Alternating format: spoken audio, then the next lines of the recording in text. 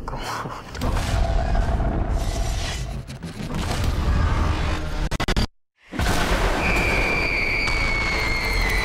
You are all going to die tonight. You mentioned last night that you have started writing the second part now. Yes. So how far along are you with that? Yeah, where are those pages? Yeah, where are those pages?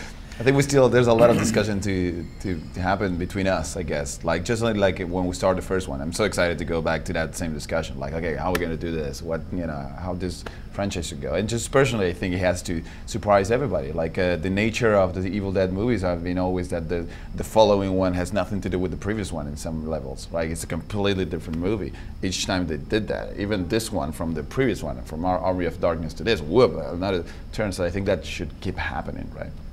And you mentioned, Bruce, last night that if this one does well enough, you'd like to see another trilogy to sit alongside. Yeah, but and to be clear, I heard someone say, aren't you a little sad how the trilogy has sort of changed? We think it's gone off a little bit. I'm like, trilogy? No one intended a trilogy here. The first Evil Dead, I'm dead. My character's dead. But our second film bombed, so I was brought back to life. That's kind of the reality of that world. So, but it would be nice to actually see a trilogy where someone like Fede can think it all the way through. We did it piecemeal.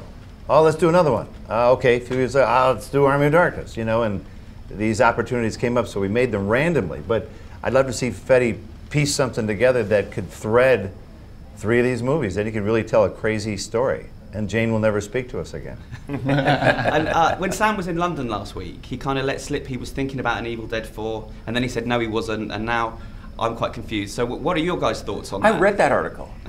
And we're confused too. We're confused too. He, as Bruce will say, he's threatened for years to write technically what would be Army of Darkness 2.